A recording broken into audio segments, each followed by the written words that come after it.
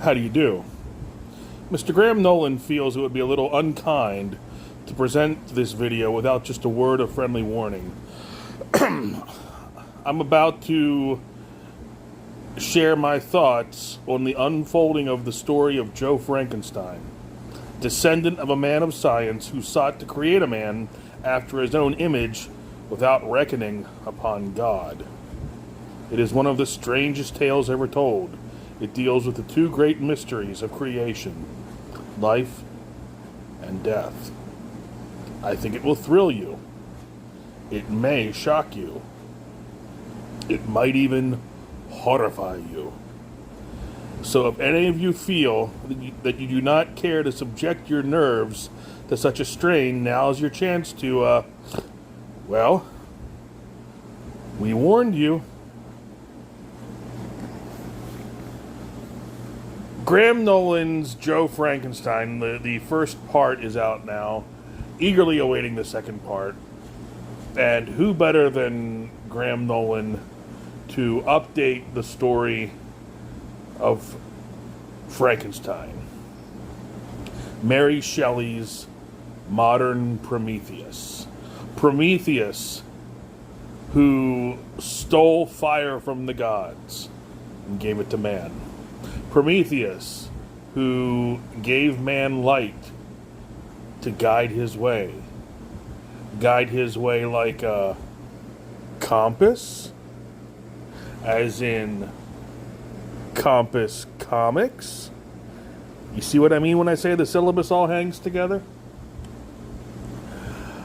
It is quite possibly my favorite of Graham's projects since he started crowdfunding, and that's saying something because it's up against Joe Frankenstein is up against stiff competition with the Chenoo and Alien Alamo and giant-sized two-fisted manly tales.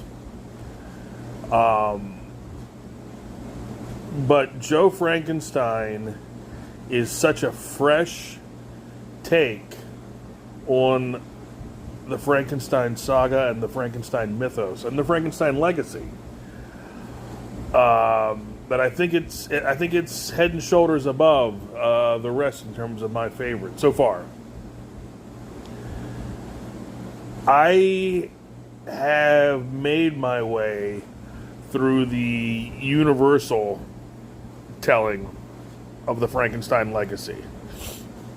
I was gifted one year for Halloween or Christmas, I don't remember which, box sets of all of the Universal monsters. And the box sets come with the original, of course, and some extra added features. For example, with Dracula, it came with the Spanish version, which was filmed at night, and the version with the Philip Glass soundtrack. But all the movies came with the original movie and then all of the Universal sequels. And there's no way to describe the sequels without saying there's a dip. There are people out there, I'm not one of them, who say that Bride of Frankenstein is their favorite Universal movie, or at least they believe it's superior to the original. I am not one of those people, but at least Bride of Frankenstein is light years ahead of the sequels to that. And of course, the major comic book companies have always had their hand in playing with the legacy. Frankenstein's monster, I don't remember if this was a creation of or if he just retooled it, but I know Grant Morrison played with Frankenstein's monster when he was doing Seven Soldiers, and then it became a sort of a C or a D-list DC title for a little while thereafter. But this is the freshest take on the legacy that I can remember seeing. I don't think this is any kind of spoiler here, but if you haven't read it yet and you are sensitive to spoilers, here is a good point to stop. I don't think I'm going to give away anything big beyond the premise, but if you want to play it safe, you should turn off this recording at the sound of the tone. Beep! Alright, now we're in spoiler territory. Joe Frankenstein is the descendant of Victor, the great, whatever, however many greats, grandson of Victor von Frankenstein. The monster is still alive, and this is the monster as Mary Shelley envisioned him, not the Boris Karloff. Fire, good. This is the very eloquent and well-spoken monster who feels everything very keenly, and has no problem waxing rhapsodic about his feelings. So the monster, in the wake of the events of the novel Frankenstein, feels a certain degree of regret. That most human of all emotions. For the torment and the torture that he brought to Victor von Frankenstein and his family. I keep saying Von. Is it, I think it's just Victor Frankenstein. I don't know where I'm getting the Von from.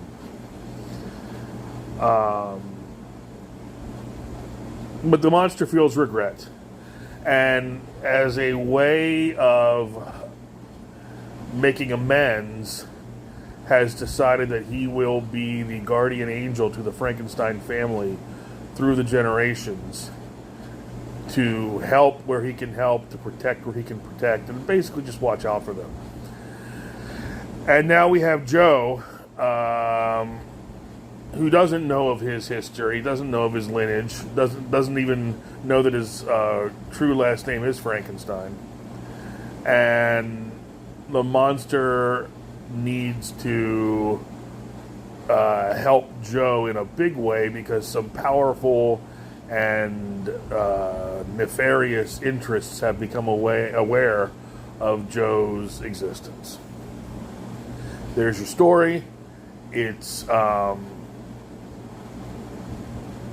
very accessible, easy story to understand. This is a monster with a lot of history and a family with a lot of history. You don't get bogged down in the history. As I'm so fond of saying, the story moves. It moves and it propels the reader forward. Graham's writing is crisp, and if we're talking about crispness, and we're talking about crispness as relates to Graham Nolan, that's the best way I can describe his art. It is crisp, it's clean, his line work is bold. Graham has always, to me, been this perfect melding of the past, present, and future. He's got the crisp, bold lines of the greats from the history of comics. He almost takes me back to reading Terry and the Pirates.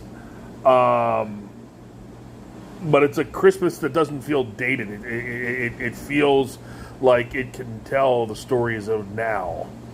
As the tagline said on Godspell, the gospel according to now. And that's what Graham does. So it's the boldness of yesteryear with the modernity of today. And I think that really